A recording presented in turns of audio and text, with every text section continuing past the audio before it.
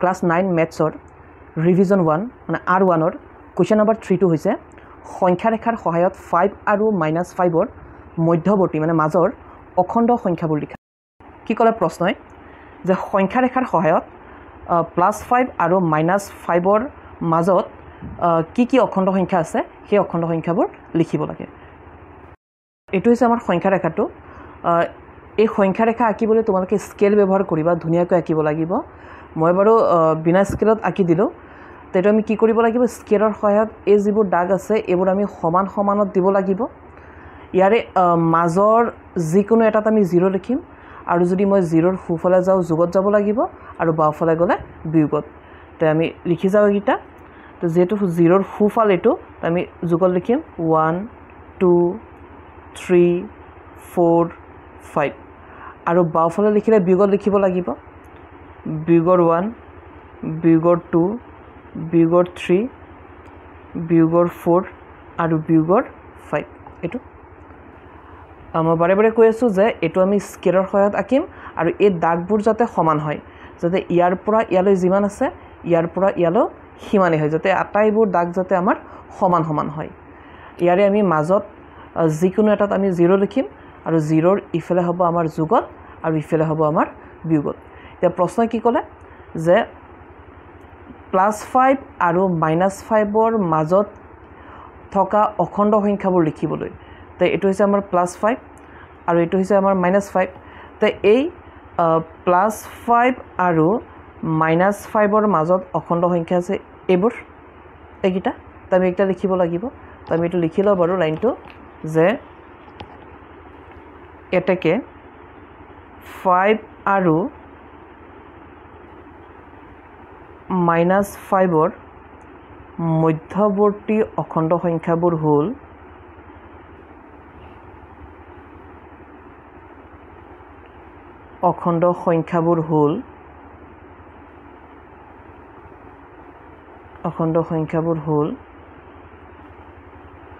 কি হ'ব আমি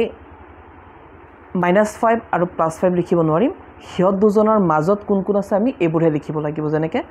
-4ৰ পৰা ধৰি আমি এই +4ৰকে লিখিব লাগিব মানে কি হ'ব -4, -3, -2, -1 একে ইয়াৰ পৰা ধৰি আমি ইয়ালৈকে লিখিম -4, -3, -2, -1 0 1 2 3 4 কেটা 1 2 3 4 5 6 7 8 9টা আমি গম পালো যে +5 আৰু -5ৰ মাজত আমাৰ -4 -3 -2 -1 0 1 2 3 4 9টা অখণ্ড সংখ্যা সোমাই আছে তো এটো অংক আমাৰ বনাই দিয়ে তো বনাই দিলো আমি এটো নিয়মতেই কৰিম যদি আমাৰ ইয়াত বেলেগ দিয়া হাতেন আৰু 7 আৰু -7 দিছে তেতে আমি ইফালো 7 যাম ইফালো 7 যাম আৰু এই আটাইবোৰ ঘৰ যাতে আমাৰ সমান হয় আৰু এটো আমি স্কেল ব্যৱহাৰ কৰি আমি ভালকে কৰিব লাগিব ৰিভিজন 1ৰ কুৱেশ্যন নম্বৰ 4 টো হৈছে সূচক বিধি a⁴m হৰণ a⁴n সমান am-n ত m = n লৈ মানে m ৰ ঠাইত আমি n ব্যৱহাৰ কৰিব পাৰিম m ৰ ঠাইত n লৈ প্ৰমাণ কৰিব লাগে যে a0 = 1 মানে a0 ৰ মান 1 বুলি আমি প্ৰমাণ কৰি দিব লাগে তো আমি কেনেকৈ সূচক বিধি প্ৰয়োগ কৰিম এতিয়া আমি কেনেকৈ কৰিম প্ৰথম আমাক দিয়া আছে যে a⁴m হৰণ a⁴n সমান am-n এখানে আমি ইয়াত বহাই লও যে আমাক দি দিছে a⁴m হৰণ a⁴n সমান am-n ইয়াত আৰু এটা কথা কৈছে যে m সমান n মানে m ৰ ঠাইত আমি n ব্যৱহাৰ কৰিব পাৰিম মানে য'ত m আছে সেই m টো অতৰে আমি m ৰ ঠাইত n ব্যৱহাৰ কৰিম এতিয়া প্ৰশ্নই যেটো কৈছে যে m ৰ ঠাইত n ব্যৱহাৰ কৰিবলৈ গতিকে আমি ইয়াত ব্যৱহাৰ কৰিম a ৰ ঠাইত a আৰু এই আমি m ৰ ঠাইত প্ৰশ্নই কোৱাৰ মতে আমি n ব্যৱহাৰ কৰিম বাকি আকৌ তলত a⁴n সমান a ৰ ঠাইত a বহিব আকৌ প্ৰশ্নই যেটো কৈছে যে আমাক m ৰ ঠাইত n ব্যৱহাৰ কৰিবলৈ গতিকে আমি m ৰ ঠাইত n ব্যৱহাৰ কৰো বিয়োগৰ ঠাইত বিয়োগ n ৰ ঠাইত n মন কৰিবা এমৰ ঠাইতহে আমাক এন বহাব দিছে গতিকে আমি য'ত এম আছে এমটো অতৰাই এন বহাম আৰু আমি এনক একো কৰিব নোৱাৰিম এতিয়া ইয়াত চোৱা ইয়াতো ওপৰতো এ টু দি পাৱাৰ এন আৰু তলতো আমাৰ এ টু দি পাৱাৰ এনে আছে মানে একে একে তা আমি জানো যে A to the power N the A to the power এনক যাব এবাৰ তো এইফালে আমি কিমান পাম এইফালে আমি পাই আছোঁ 1 ইজ ইকুৱেল টু এ ঠাইত এ আৰু এনৰ পৰা এন বিয়োগ কৰিব লাগে তো এনৰ পৰা এন বিয়োগ কৰিলে কিমান হ'ব যদি আমি কওঁ যে 2 ৰ পৰা 2 বিয়োগ কৰিম কিমান হ'ব তো 2 ৰ পৰা 2 বিয়োগ কৰিলে 0 হ'ব তো এনৰ পৰা এন বিয়োগ কৰিলে আমাৰ 0 হ'ব গতিকে আমাৰ এনৰ পৰা যদি এন বিয়োগ কৰি দিওঁ আমি কিমান পাম 0 এতেকে সিহঁতে যেটো প্ৰমাণ কৰিব দিছিল যে এ নট ইজ ইকুৱেল 1 আমাৰ এটো প্ৰমাণ হৈ গ'ল ৰিভিজন 1 ৰ কোৱেশ্চন নম্বৰ 5 টো হৈছে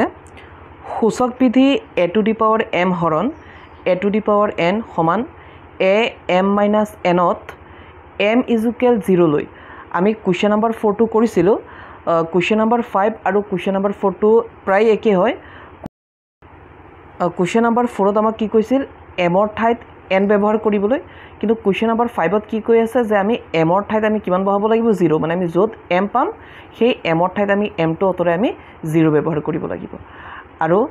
এটা কথা আমি মনত ৰাখিব লাগিব যে আমি কোৱেশ্চন নম্বৰ 4 ত প্ৰমাণ কৰিছোঁ যে এ নট ইজ ইকুৱেল টু 1 যে এ নটৰ মান সদায় কিমান হ'ব এ নটৰ মান সদায় 1 হ'ব যদি এই অংকত আমি এ নট পাওঁ তো আমি সেই এ নটৰ ঠাইত আমি কিমান ব্যৱহাৰ কৰিব লাগিব 1 ব্যৱহাৰ কৰিব লাগিব কাৰণ আমি কোৱেশ্চন নম্বৰ 4 ত আমি প্ৰমাণ কৰি আহিছোঁ যে এ নট ইজ ইকুৱেল টু 1 অংকটো আমি আৰম্ভ কৰোঁ প্ৰথম আমাক দিয়া আছে যেটো লাইন এইখিনি আমি ইয়াত ব্যৱহাৰ কৰিম যে A to the power M হৰণ A to the power N is equal to A M minus N ইয়াত আমাক কি কৰিব দিছে যে এমৰ ঠাইত আমাক 0 ব্যৱহাৰ কৰিব দিছে তো প্ৰথম এটো আমি সজাই লওঁ বাৰু হৰণ বুলি কতে আমি সদায় প্ৰথমটো ওপৰত লিখিম আৰু দ্বিতীয়টো আমি তলত লিখিম মানে আমাৰ এ টু দি পাৱাৰ এম থাকিব ওপৰত এ টু দি পাৱাৰ এম ওপৰত আৰু এ টু দি পাৱাৰ এন টো আহি যাব তলত আৰু ইফালে সেম হ'ব সমান এ এম মাইনাছ এন এতিয়া আমি কি কৰিম প্ৰশ্নই যেটো কৈছে যে এমৰ ঠাইত 0 ব্যৱহাৰ কৰিবা তেতিয়া আমি হেতুই কৰিম য'ত য'ত এম পাম সেই এম টো অতৰাই আমি 0 বহাই যাম এৰ ঠাইত এ আৰু প্ৰশ্নই কোৱা মতে এমৰ ঠাইত আমি কি বহাব লাগিব 0 এটো আকৌ এৰ ঠাইত এ যেটো এনৰ কথা আমাক একো কোৱা নাই গতিকে এনৰ ঠাইত আমাৰ এনে থাকিব সমান আকৌ ইয়াতো আমি এম দেখি আছো গতিকে এৰ ঠাইত এ বহিব প্ৰশ্নই কোৱা মতে এমৰ ঠাইত এবাৰ বহাব লাগিব 0 মাইনাছ বাকি এনৰ ঠাইত আমাৰ এনে থাকিব এটো এতিয়া আমি কি কৰিম আমি কোৱেশ্চন নম্বৰ 4 ত প্ৰমাণ কৰিছোঁ যে এ নট আমাৰ যেটো এ নট এই এ নটৰ মান সদায় 1 হয় গতিকে ইয়াত যেটো আমাৰ এ নট আমি দেখি আছো গতিকে আমি এই এ নটৰ ঠাইত আমি কিমান ব্যৱহাৰ কৰিম 1 এটা আমি কোৱেশ্চন নম্বৰ 4 ত প্ৰমাণ কৰিছোঁ যে এ নটৰ মান সদায় কিমান হ'ব 1 হ'ব আৰু তলত থাকি যাব এ টু দি পাৱাৰ এন সমান এৰ ঠাইত এ 0 ৰ পৰা এন বিয়োগ কৰিব লাগিব